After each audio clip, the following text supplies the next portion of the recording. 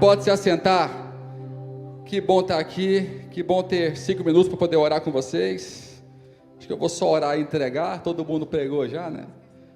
A mensagem está dada, né? Então, quero ter um tempo de reflexão com vocês hoje.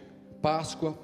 Não sei se para você é assim, mas para mim é o evento do calendário cristão mais importante.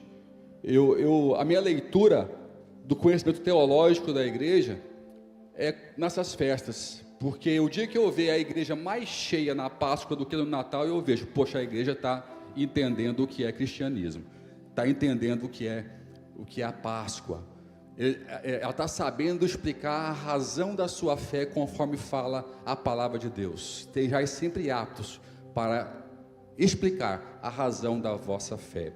E de fato não é fácil explicar a Páscoa, não é fácil você racionalizar a Páscoa, entender o propósito por trás, a construção de Deus na Páscoa. Se eu pergunto para alguém aqui, as pessoas tentam explicar isso em banana, porque Cristo é meu Salvador e morreu na cruz, e não conseguem explicar o porquê que ele teve que morrer na cruz. Cristãos que nasceram na igreja, filhos de crente. Então, a Páscoa ela é um mandamento, ela é uma das festas proféticas, uma das 3 principais festas proféticas que Deus instituiu como mandamento perpétuo. Se você for ver isso em Levítico, é uma instituição perpétua de Deus para que se celebre, é uma ordem de celebração. Quem pode dar um aleluia?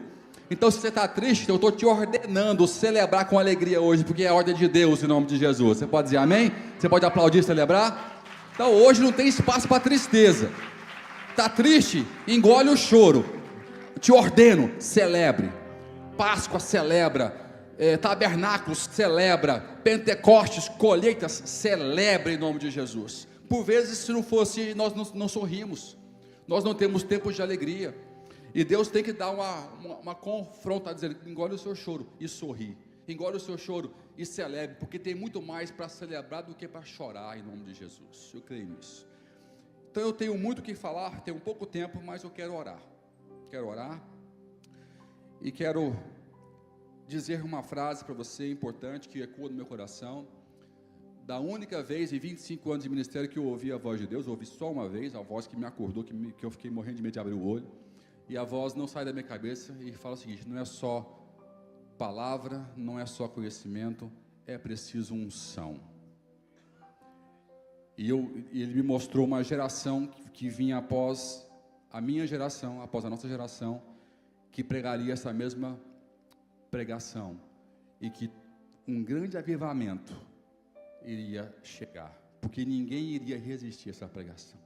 Quero que você ore comigo hoje, para que haja esse despertar de menos crítica teológica e mais entrega de poder, e mais entrega de se permitir ser esmagado, de haver renúncia, para que a unção brote. A unção só brota, faz assim comigo, assim ó, faz assim, só brota com aperto, faz assim ó, encosta essas engrenagens aqui, encosta um no outro, imagina você no meio, aperto, isso aqui é Getsemane, aperto. A unção só nasce com aperto, e só se permite se apertar quem se consagra, quem renuncia e quem se entrega.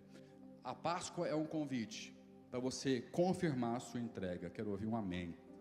Então quero orar para que esse despertar chegue, de não apenas termos teólogos de bancada, mas pessoas participantes e vibrantes e intensas no reino de Deus, em nome de Jesus. Feche seus olhos, fale com o Senhor. Pai exaltado, amado Deus, nós te amamos e te somos gratos, porque a Páscoa nos lembra tamanha gratidão de nós estarmos vivos, e não só vivos no corpo, mas vivos espiritualmente, vivos eternamente, porque o teu Filho unigênito deu a vida por nossos pecados. Ele se entregou pelas nossas transgressões, abatido pelas nossas iniquidades. O castigo que nos traz a paz estava sobre ele, e pelas suas pisaduras nós fomos sarados. Louvado e adorado seja o teu nome, Pai. Que a tua graça e a tua misericórdia se manifeste mais uma vez nessa manhã, me usando com misericórdia com sabedoria e revelação, para ministrar no meu coração e ao coração da sua igreja. Que ninguém saia daqui como entrou, mas saia revelado e saia autorizado, porque a revelação nos dá autoridade e nos permite executar e fazer coisas que antes nós não conseguíamos, porque nós não tínhamos autoridade.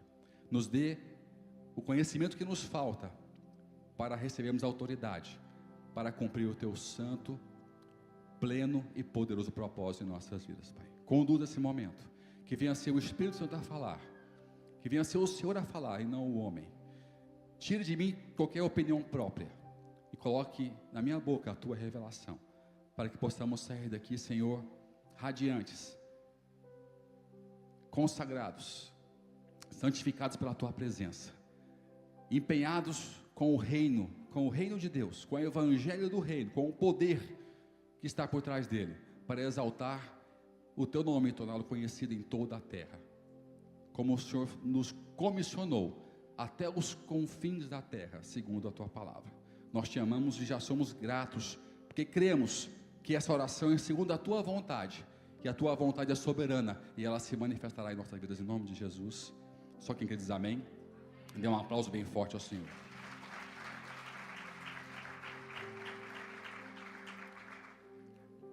O tema aqui hoje de manhã é Páscoa, a fé que conecta.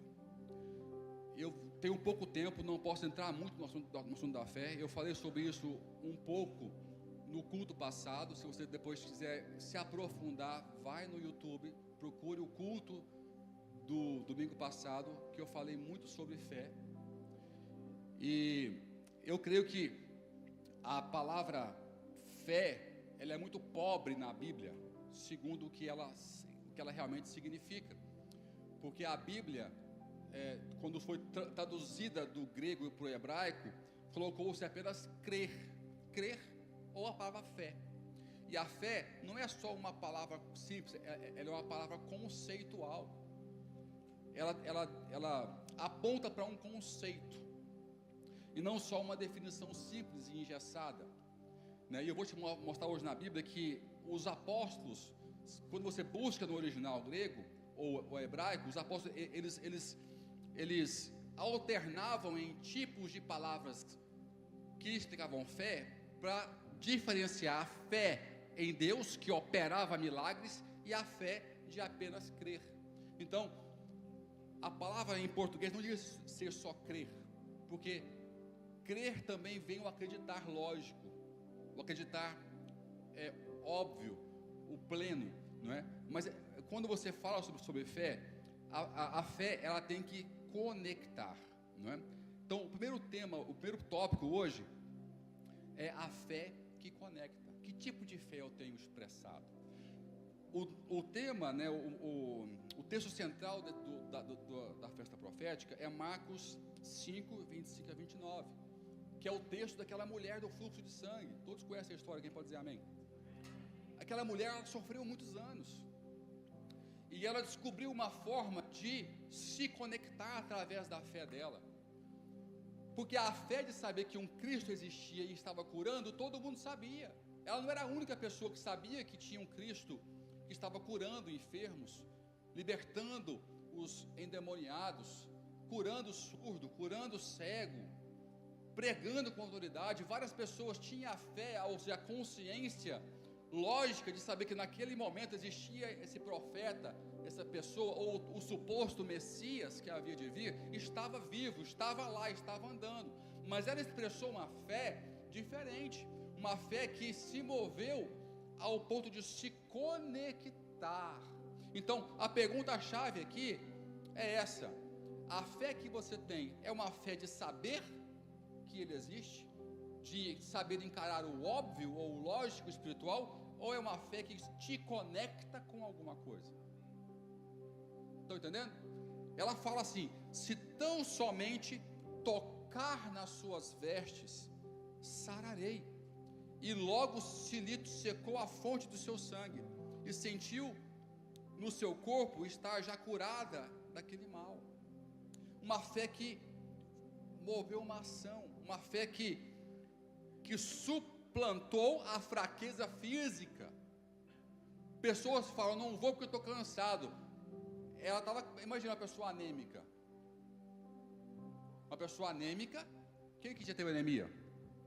O povo está fraco, hein? Comer ferro, gente. Aquele tutano, chupar o tutano, da sustância.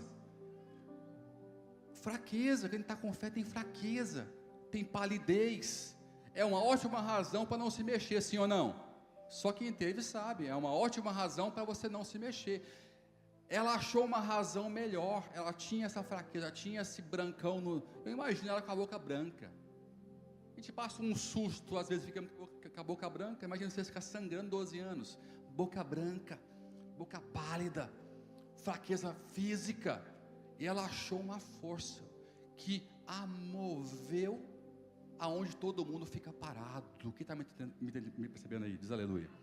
Ela achou uma força que a moveu para um toque, para uma conexão. A fé de saber, ela justifica a sua anemia. Não, você conhece, tá bom. Você sabe, chega assim. Você conseguiu racionalizar a situação, é o suficiente. A fé que conecta te move para mais perto. Eu esperava um aplauso bem forte ao Senhor. Porque essa é a distinção. Repara, esse é o conceito mais importante da igreja. Se você não entender fé, é impossível agradar aquele que te criou. Sem fé, é impossível o quê? Então, se eu não entender o que é fé, se eu não aprender a me conectar através da fé, eu falho em todo o resto. Não vou produzir os milagres e vitórias que me são necessários para ser testemunha. Testemunha conta para o outro aquilo que experimentou e que viu, vivendo com Cristo. Então, se eu falhar nesse conceito básico, eu vou falhar na minha missão de ser uma testemunha. Porque as pessoas até podem, eu falo sempre isso, as pessoas que não creem, que estão lá fora, até podem contestar a tua pregação, mas ninguém pode contestar a sua experiência e vivência com Deus. Ninguém pode tirar de você o que você viveu, a cura que você recebeu, a vitória que você teve. Você mudou o casamento, foi restaurado. Você tinha depressão e hoje você está vibrante e vivo, porque a luz de Deus entrou em você. Pode contestar a sua teoria, mas ninguém pode contestar a sua experiência com o Pai. Pode aplaudir, eu quero que você vibre hoje. A ordem de celebração. Então, a fé que conecta, a Páscoa ela é power. Por quê? Porque ela te obriga a se conectar. Se você for, eu não tenho tempo de explicar muito aqui, está correndo muito rápido o relógio, você podia frear um pouquinho aí? Se você for lá em Levítico, há uma maneira correta que Deus ordenou às gerações a celebrar a Páscoa. É uma mesa farta. Quem que já viu uma mesa de Páscoa original? Quem que já, pelo menos por foto? Poucas pessoas, estou chocado. A mesa da Páscoa judaica, ela é uma mesa enorme, que tem vários elementos obrigatórios, que eu não posso explicar hoje aqui para você. Não dá tempo, é uma pregação só para isso. E cada um tem um significado. A Páscoa te obriga a ter uma conexão sensorial com Deus. Porque você vai ter que comer a uva gostosa, mas tem lá na mesa a erva amarga. Tem que mastigar. Olha que maravilhoso. Ela obriga você como pai, você com seus filhos pequenos. Olha, agora é hora de comer isso aqui. Isso aqui é o que, pai? É uma erva que é muito ruim. Ah, então não quer, não, tem que comer. Que é para lembrar o tempo dos nossos pais que foram escravizados no Egito. A Páscoa te obriga a se conectar sensorialmente. Pelo menos uma vez por ano. Eu tenho que entender e saber explicar as razões da minha fé. Aí vem o ovo, vem o cordeiro, vem o pão, tudo tem uma conexão. E é uma chance familiar do Pai anunciar a história da igreja, que não começou em Atos, começou lá atrás. Quando Cristo disse, eu não vi revogar a lei, eu vim dar sentido a ela. Ele veio dizer, a lei, o evangelho, a Páscoa que Moisés instituiu, só faz sentido se o meu papel for executado, se eles me enxergarem como Cristo e como o Cordeiro. Então eu vim dar sentido à lei, porque da forma que ela está sendo ensinada, sem mim, ela não tem sentido, ela não tem utilidade. Paulo fala isso de outras formas lá na frente, escrevendo as suas cartas. Então, é a fé que conecta. Aqui tem aí essa lembrança, vamos distribuir. Eu quero fazer aqui uma experiência com você. Quem que gosta de doce? Todo mundo gosta de doce, né? Até os monjarianos também gostam. Só que não consegue comer, né? Mais do que os outros, inclusive, né? Isso aqui, quem sabe o que é um suspiro? Delicioso, né? Isso aqui derrete na boca. Está aqui assim, ó. Jesus deu o último suspiro por você. Está aqui atrás. Mas ressuscitou para te dar a vida eterna. Isso aqui é fantástico. Eu quero que todos peguem. Nós vamos abrir e comer junto aqui, pode ser? Porque senão você vai ficar com água na boca. Então eu vou abreviar essa sua tortura. Estão distribuindo aqui. Quero que você, quando todo mundo receber, você me fala. A Páscoa era isso. A Páscoa era você sentar e saborear o que era doce, o que era amargo, e cada situação tem uma história.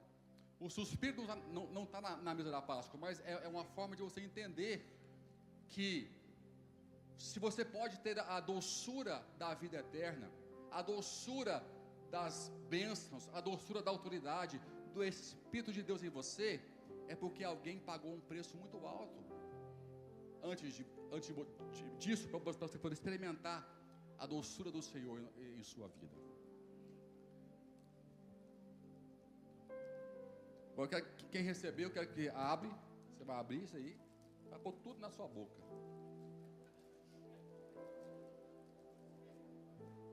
Você vai dar assim, aleluia. Quando você encher, você fala assim, aleluia. Fecha os seus olhos e coloca dá uma mordidinha aí, sente o doce. Tá bom?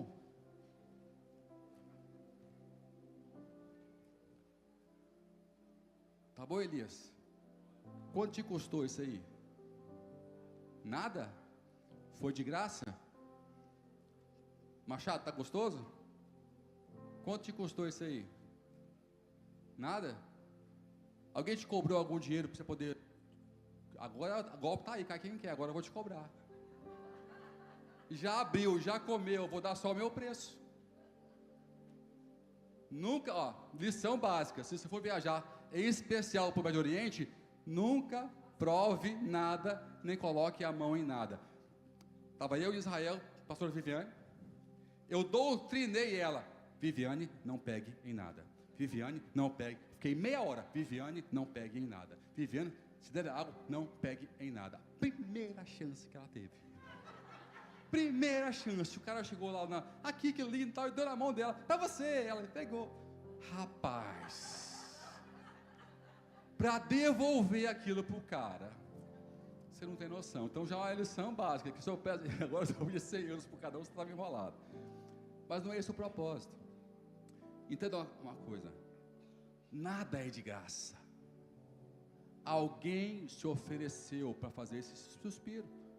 Alguém comprou a matéria-prima, para que para você fosse de graça, para que para você fosse delicioso. Alguém gastou horas, acho que foi até a Brenda, não é que da Brenda? Fique em pé aí, Brenda. Vamos aplaudir ali a nossa cozinheira. Pagou um preço. Obrigado. Depois as suas ofertas, todo mundo está envolvido. Mas Jesus foi isso. A vida eterna é de graça, porque alguém pagou um preço muito alto por mim e por você. Quando eu associo essa revelação com algo doce, você nunca mais vai esquecer disso aqui. Quando você vê na montra de um mercado um suspiro, ou voltar a provar, você vai lembrar, poxa, aquela pregação foi tão gostosa. Você vai lembrar que a revelação da cruz te lembra doçura, porque alguém pagou o preço amargo. Alguém pagou o preço difícil, que eu e você não éramos capazes de pagar. A fé, fala assim, a minha fé tem que me conectar. Nós temos que ter uma fé que nos conecta, não só que nos dê substância para discussões, mas eu tenho que me conectar com alguma coisa. Segundo ponto, a Páscoa, ela me fala sobre a conexão com a redenção. Pastor, o que é redenção? Eu preparei uma imagem, porque como eu não tenho tempo para explicar, eu peguei uma imagem do antigo tabernáculo. Para quem não sabe, e Santo Agostinho falou sobre isso, que o Novo Testamento é a tradução do Velho Testamento. Tudo que você não entende no Velho Testamento, em especial também as simbologias, você consegue entender no Novo Testamento. E aqui você vê um exemplo do antigo tabernáculo, onde os levitas trabalhavam, serviam, né? E aqui é uma projeção de tudo o que está funcionalmente em nós hoje. Hoje nós somos o tabernáculo de Cristo. Amém? Pode ser mais forte, amém? E nesse tabernáculo de hoje, há todas as funções, presenças, utensílios que existiam naquela época, têm que existir e estarem ativos em mim hoje também. Senão é só mais um jargão. Eu sou de Cristo, eu sou o templo do Espírito Santo. Mas se os utensílios, as funções, os processos que deveriam existir lá atrás não existirem em mim hoje, é só um jargão. Eu não sou de fato um tabernáculo do Espírito Santo. Então, uma das coisas fantásticas, que são dezenas, centenas de coisas que existiam antigamente, era a prata. Talvez você nunca atentou que havia uma regra como montar o tabernáculo. E havia um utensílio que era feito de prata. E há um tempo atrás, eu fui ler sobre a prata, do ponto de vista da física. Não sei se você sabe, qual é o melhor condutor de energia do mundo? É a prata. Não é o ouro que é mais valioso. O ouro é o segundo melhor condutor de energia do mundo. A prata é o principal. Por que não usam, então, prata em circuitos eletrônicos? Porque a prata oxida. Ela é perecível, mas ela é o melhor condutor de energia a nível mundial e universal. Quando você olha para o tabernáculo, você vê que tem tábuas de madeira, que simboliza a madeira, Cristo e a igreja. Fala assim comigo, madeira, Cristo e igreja, que é a parte da humanidade. Só que ela é uma madeira revestida de ouro. Então você nunca vê a madeira, você só vê o que? Ouro. Na Bíblia, tudo tem significado. Madeira, humanidade. Ouro, fala assim comigo, divindade. Prata, fala redenção. Humanidade, divindade, redenção. A igreja, ela tem que demonstrar não a sua humanidade, mas a divindade que cobre as suas falhas e as suas fraquezas na sua humanidade. Quero ouvir um amém. Quanto mais eu busco Deus, mais eu demonstro a glória de Deus, e não a minha humanidade. É o efeito da sarça ardente. Ela é feia, mas quando ela brilha, ela é frondosa, porque o fogo que brilha e não a consome, demonstra outra coisa, não a sua própria natureza. E por que Deus escolheu a prata aqui? Porque ela era o maior condutor para o céu. Olha só, na base, ela conecta para a redenção, apontando você para o céu. As bases de prata é um tipo de Cristo, que é o melhor condutor, mas convinha que ele fosse o quê? Perecível. Conduz melhor, mas ele se entregou, ele se expôs à oxidação, ele se expôs ele por si próprio se voluntariou a perecer na cruz do Calvário, para nos dar a vida eterna. Agora, aonde eu queria chegar? Por que a prata nessa situação? Porque o solo não era regular. Se você colocasse a madeira bonita com o ouro, que é a divindade, sem a conexão, sem a redenção, na areia você ia tombar o tabernáculo. Era a prata que estabilizava, que dava a base, que dava o suporte, para que no deserto o tabernáculo não se movesse.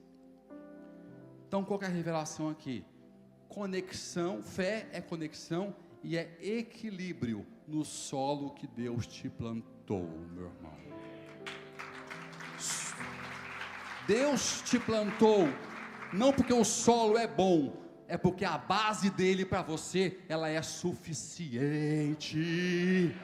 Para de reclamar do solo que você está plantado, tá rochoso, tá difícil, não, lembra aquele que te sustenta, aquele que é a sua base.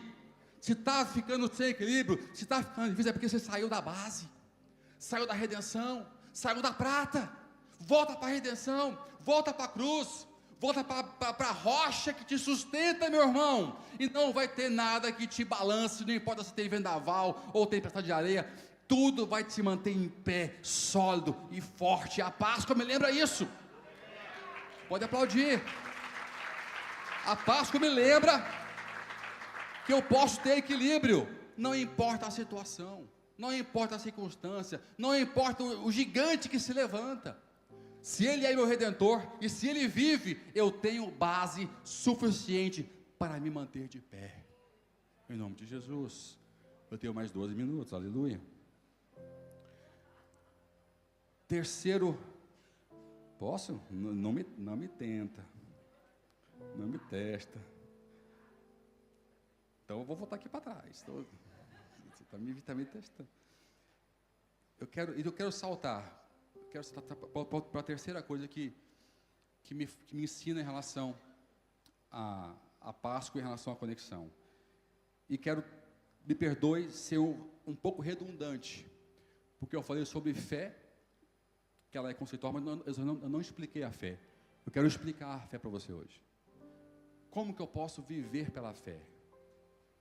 O justo viverá pela fé. Mas que fé que é essa? Se você for comigo lá, vamos aqui passear em alguns versículos, pode ser? Se você abrir lá comigo em Tiago, põe Tiago 2, verso 19. Se conseguir colocar embaixo Hebreus 11, 1, coloque. Primeiro Tiago 2, 19. Depois Hebreus 11, 1 embaixo, se tiver como. Olha, tu crês que há um só Deus, fazes bem. Também os demônios o creem e estremecem. Ele compara aqui a fé, um tipo de fé, com a mesma fé que os demônios também têm. Agora, pergunta delicada: a sua fé é a de um demônio? Fala assim, misericórdia. Porque tem gente que fala misericórdia, mas quando vai analisar, a fé dele é equivalente à fé de um demônio. Não produz nada. E a fé sem obras, ela é o quê? Morta. Então, é lógico dizer que a palavra grega para crer aqui, não é a mesma grega para Hebreus 11, 1. Põe lá Hebreus 11, 1. Hebreus 11, é isso mesmo, né? Hebreus 11, versículo 1, sim. Ora, a fé é o quê? Firme fundamento das coisas que se esperam e a prova das coisas que se não veem.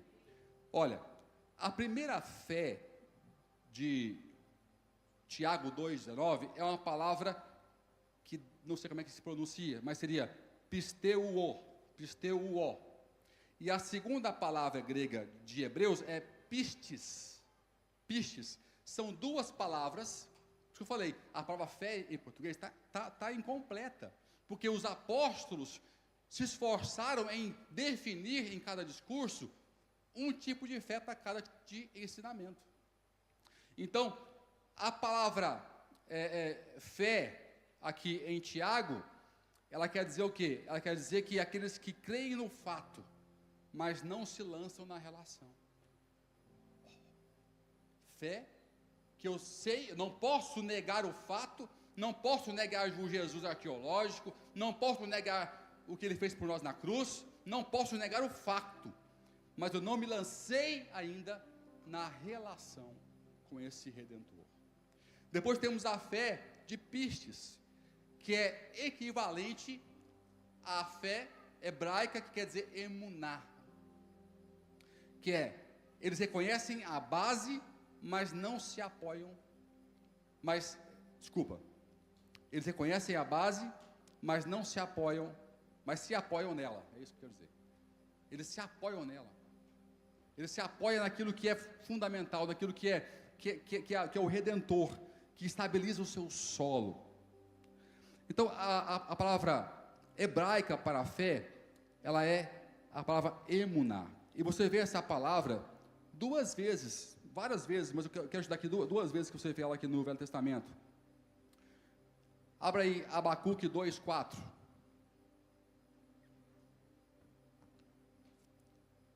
Fala o seguinte: e eis que a sua alma se incha, não é reta nele, mas o justo, pela sua fé, viverá. Então espera, então não foi Paulo que disse isso? Não, Paulo escreveu, mas Paulo escreve interpretando o livro de Abacuque. Quando ele quer explicar a fé, ele vai lá em Abacuque, que tem a palavra emuná, que é a palavra original que define fé em hebraico, escolhe a melhor palavra grega, que se ligava com a palavra emuná, para definir o que é fé. Coincidência ou não, Lutero, lá na frente, se inspira na revelação de Paulo, em Romanos, e define as suas 95 teses na Alemanha, em Gutenberg, dando novo sentido. Repara, sempre que alguém entende a fé, a igreja toma outro rumo.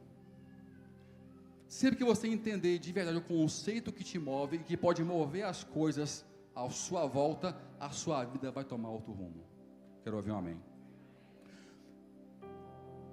Por vezes coisas não estão acontecendo, porque nós não estamos entendendo bem o que é realmente a palavra fé. Se você for lá, também em Êxodo 17:12, a palavra emunar também está presente, que fala o seguinte: e os braços de Moisés, porém, cansaram, por isso tomaram uma pedra e a puseram debaixo dele, a pedra que tipifica Cristo, para nele sentar-se. Arão e Ur sustentavam-lhes as mãos, um de um lado e outro do outro, assim as suas mãos ficaram firmes. Firmes aqui é emuná, ficaram cheias de sustentação, de fé. A fé, ela me sustenta, ela me apoia até o pôr do sol. Repara que se você visualizar na sua mente a imagem de Moisés numa pedra sentado, Arão de um lado e o outro do outro levantando, se você encontra a imagem de Jesus na cruz do Calvário, tipificando que ele é a rocha que se expõe de braços abertos para ser a base da minha e da sua fé. Quem pode dizer amém? Ele é o Cristo, ele é a base.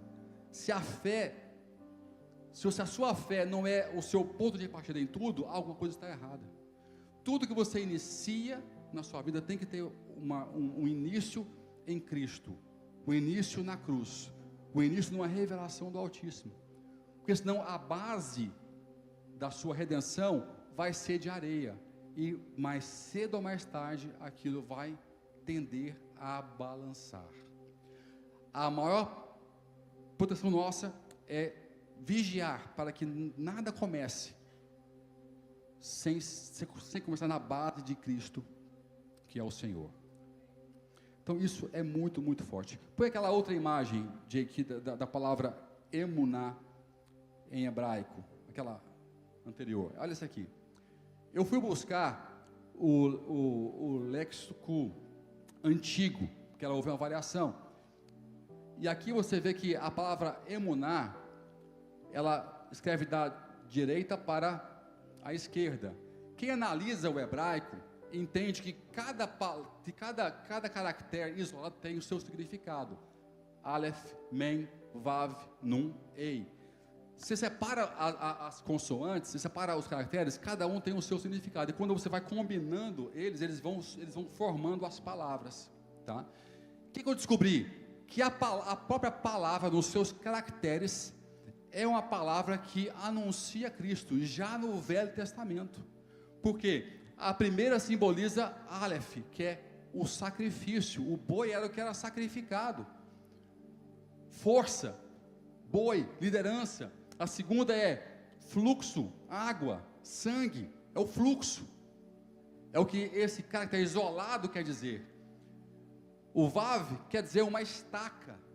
A estaca aqui, lá no Antigo Testamento, não era uma cruz, mas ela tinha o propósito de fazer as barracas e as janelas nas barracas para poder entrar ar.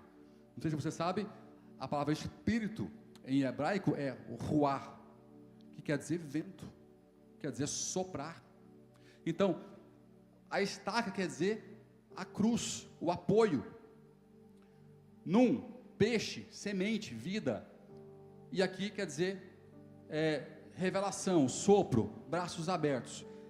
Eu peguei e fui juntar o que seria uma declaração da palavra hebraica para os dias de hoje e para um hebreu que fosse ler isso aqui, que seria o seguinte: o sacrifício e força que flui através da conexão da estaca, gerando vida e revelação.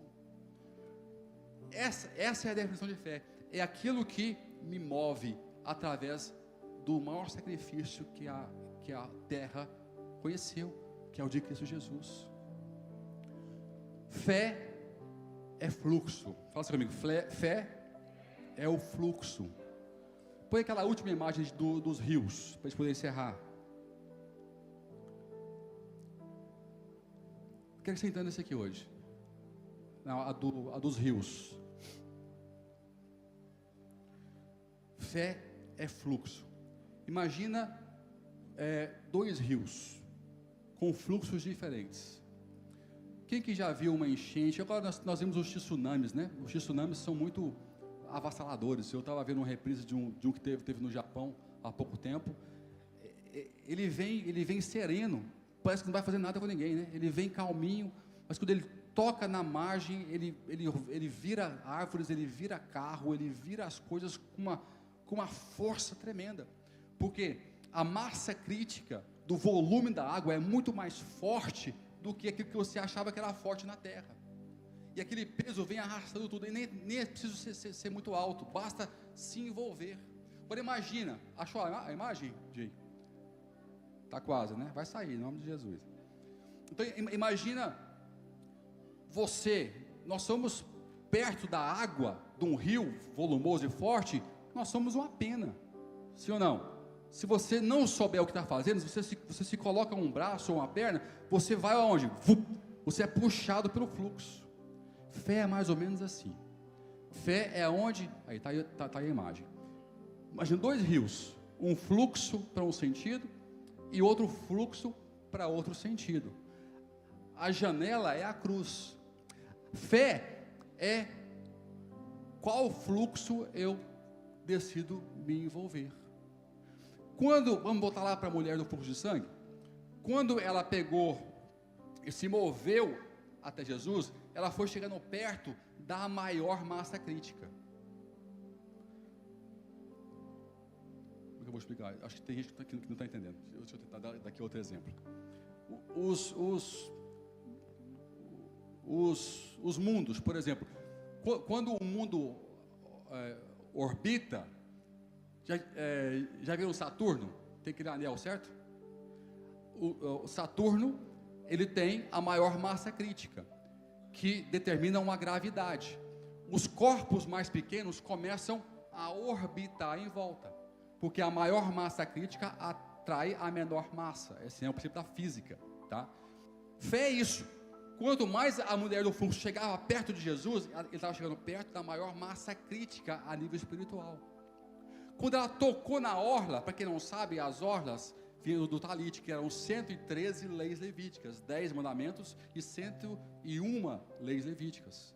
Quando ela tocou na palavra, ela tocou naquilo que tem maior massa crítica no universo, na massa crítica que formou o mundo. Pela palavra Deus criou o mundo. Ele disse: haja luz, e houve o quê?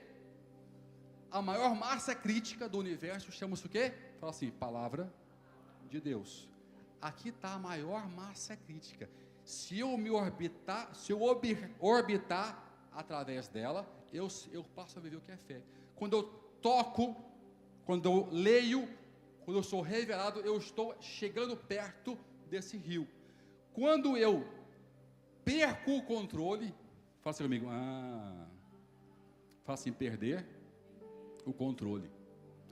Porque tem gente que vem aqui no rio, vem aqui no culto, põe a mãozinha assim, põe na nuca, então bom culto hoje. Vem aqui, bebe, que palavra gostosa que o pastor Ais deu hoje, e vai embora.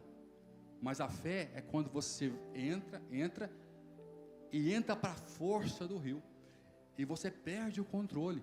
O rio te leva na força dele. Agora você entende por que Pedro, quando estava andando sobre as águas, ele conseguiu ser mais sólido do que a água, porque ele entrou no rio de Jesus, ele entrou no fluxo de Jesus, e ele mudou a física, ele mudou a regra do jogo, porque as forças que regem esse rio são superiores às forças que regem esse mundo. Quem pode dizer amém? Quando Pedro entrou, ele pegou e se aproximou e ficou sujeito às forças daquele rio, emuná, apoiado 100% na fé em Deus. Porém, quando ele olhou para o lado, ele se conectou com essa força que dizia: a água não pode te sustentar, está ventando muito, esse chão é irregular. Ele saiu de uma força e foi arrastado para outra. A outra força colocou a mão nele. Por que duvidaste? Por que você saiu do fluxo? Porque você saiu da força que eu coloquei em você, que quebrou a regra do jogo, para você poder andar sobre as águas. Quem está percebendo isso? Amém? Isso é muito importante. Não é fácil explicar a fé, como vocês estão vendo, mas a forma mais didática é essa. Fé é quando eu mergulho na massa crítica maior do que a minha, e perco o meu controle para ser controlado pela força do Deus Altíssimo, que morreu por mim para me dar a vida eterna. Isso é fé. Essa é a fé que conecta. E sobre isso eu quero encerrar o culto. Quero te convidar a ficar em pé onde você está.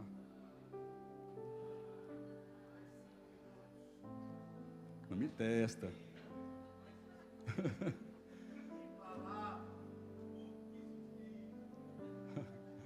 Deus é bom, gente. Que você possa ver a fé diferente, porque o justo viverá pela fé. Sem fé é impossível agradar a Deus. Nós precisamos entender fé, porque é pela fé que nós construímos o que não existe. Pela fé o invisível se torna visível. Pela fé. Pela fé eu confronto o que o mundo chama de lógico e de racional. Pela fé eu quebro as estatísticas que vão contra mim. Pela fé. Mas eu tenho que perder o meu controle e me lançar numa força superior à minha, e me deixar ser conduzido pelo fluxo desse rio de águas vivas. Tudo se conecta, tudo está interligado. Páscoa é isso. Páscoa é uma celebração de memória sensorial, para me lembrar de onde nós saímos, quem nos trouxe até aqui e quem continua nos sustentando. Ela me lembra que a Páscoa só é útil se ela me conectar com alguma coisa. Se for só mais um dia, mais um feriado, mais uma desculpa para poder fazer uma viagem, ela perdeu o sentido nas nossas vidas. Ela tem que ser algo que me conecta ou me reconecta. Ela tem que ter sentido. E Jesus, Ele é a Páscoa. Ele é o sentido da vida. Ele é a fé que conecta. É Ele que produz a unção. Ele é o Redentor. Ele é o estabilizador do teu solo, meu irmão. E a fé é quando eu entro no fluxo. O altar, ele sempre foi usado para simbolizar esse momento, onde alguém lá atrás, que estava longe, veio para o fluxo da maior massa crítica, do maior poder. Pode ir na Bíblia. Quando Deus queria mudar grandemente a vida de alguém, Ele dizia: levante o quê? Fala, levante um altar. Levante um altar. Abraão levanta um altar. Jacó levanta um altar. Isaac levanta um altar. Sempre que alguém tem uma virada na vida, é porque ele levantou um altar. Deus quer um altar bonito? Não, Ele quer o movimento. Ele quer a conexão. Ele quer que você saia de perto daquele rio preto, que quer te levar para um fluxo contrário a dele, e chegue mais perto do rio de águas vivas, que é o de Cristo. Então o altar tem essa simbologia, de convidar a mim e a você, para mais perto dessa fonte da palavra, que basta uma palavra dele, basta um olhar. Eu lembrei aqui de um sonho que eu tive,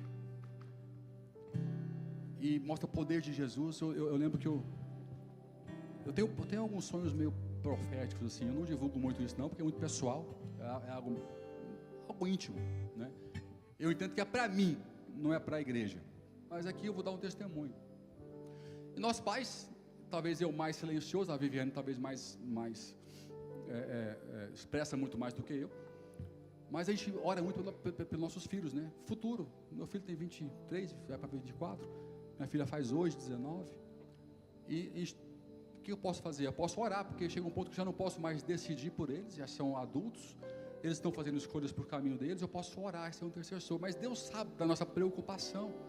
E teve uma vez que eu estava dormindo, como um dia qualquer, e eu tenho um sonho, onde eu vejo uma pessoa que não parecia Jesus, até meio mal arrumado, mas eu olhava para ele assim, e olhava de novo, e virava, mas Jesus, e o olhar dele me dizia que era ele. Ele não abriu a boca, e quando o meu olhar se conectou com ele, a minha oração fluiu do meu espírito para o espírito dele, sem eu abrir minha boca. E a tônica dessa oração era os meus filhos. E de repente um choro saiu de dentro de mim, e eu chorava, e ele com aquela cara de sorriso, sereno, tipo assim: qual que é a sua preocupação? Você não sabe que eu estou no negócio, que eu estou no comando? E aquele choro de gozo começou a aumentar, e eu chorava, e ele não abria a boca, ele não falava. Só que o poder do olhar dele, a profundidade da comunicação dele comigo, foi tirando de mim uma angústia, que nem eu sabia que eu tinha. Essa é a realidade, nem eu sabia que eu tinha aquela angústia, e que ele foi me libertando. Eu acordei leve, acordei convicto, acordei dentro do fluxo do rio, dentro do fluxo da revelação. Queridos, basta uma palavra de Deus, às vezes basta um olhar, basta a maneira como Ele te autoriza, e tudo na sua vida pode mudar, o curso pode mudar, assim, porque quando esse rio pega você, ele é avassalador. Ele não é como o outro que te machuca, ele te protege, ele te guarda. Ele não é um tsunami que destrói, ele te conduz no ritmo dele, pode ouvir amém? Da forma dele e no tempo dele. Vir para o altar é aceitar perder o controle. Quero nessa Páscoa hoje, a pastora me falou sobre isso, mas faz no final um momento com o altar, porque Páscoa é conexão, fé é conexão. Vir para o altar é dizer: Senhor, eu ainda não perdi o controle de algumas áreas, eu preciso perder. Eu não quero só vir no culto e ficar refrescando a nuca, tomando água com a mão, sabendo que eu posso mergulhar nesse rio maravilhoso, eu posso entrar nesse rio maravilhoso e seguir para o lugar de refrigério que o Senhor tem para a minha alma, para a minha vida, para a minha família. Você que é pai e mãe, vem para o altar hoje, representando os seus filhos, a sua casa, os seus negócios. Você que ora por um familiar, vem para o altar hoje, em nome deles. Vem para esse rio, porque as pessoas tendem a seguir o que você faz, elas tendem a ir para onde você vai, e de forma inconsciente, quanto mais perto do rio de vida você está, aqueles que não creem que você ama, que está ao teu lado, eles vão chegar também. Uma hora eles vão querer beber da água, aí você vai lá dar uma empurradinha assim, ó, pum, ele vai e cai no rio, e ele vai ser feliz. Mas tudo começa com eu e você dizendo, eu quero chegar mais perto, eu quero perder o controle. Então enquanto a gente vai louvar, adorar, orar, vem para cá, vamos encerrar aqui no culto, aqui no altar, todos vocês. Não importa a causa, se você está feliz ou está triste, importa que você está dizendo, eu quero dar mais um passo, eu quero ser mais intenso, eu quero estar mais próximo, eu quero estar dentro deste rio de águas vivas. Não quero ter uma fé apenas de teoria, uma fé apenas de discussão. Eu quero ter uma fé de envolvimento. Eu quero ter a base sólida. Eu quero que a minha fé estabilize o solo que eu estou pisando. Eu quero que a minha vida glorifique o nome do Senhor. Eu quero que o fluxo deste rio venha a ser definido pela tua voz, pela tua palavra, pela tua presença, Senhor. Oh Deus, obrigado, Senhor. Obrigado porque o Senhor é maravilhoso. A tua palavra é viva, é verdadeira, ela é fiel, ela é eterna e ela nunca falha. Eis aqui, Senhor, os teus filhos, os teus patriarcas, aqueles que se movem para mais perto do Senhor, usando um altar como símbolo, um altar como momento para dizer, eu me entrego mais, eu me movo mais. A Páscoa faz sentido para mim. Eu não abro mão disso, Senhor. De ter uma vida com sentido, com propósito, com poder, com testemunhos para contar, com experiências com o Senhor. Em nome de Jesus, Pai, nos use, nos envolva. Senhor, abraça no Senhor. Cura, liberta, salva, revela, mostra, autoriza, renova o manto, renova a autoridade, porque só o Senhor é Deus e queremos te glorificar, Pai, em nome de Jesus. Oh, aleluia. Ore com a sua boca, com os seus lábios. Fala ao Senhor no altar que você levantou, o que vem ao seu coração, em nome de Jesus. Diga aleluia.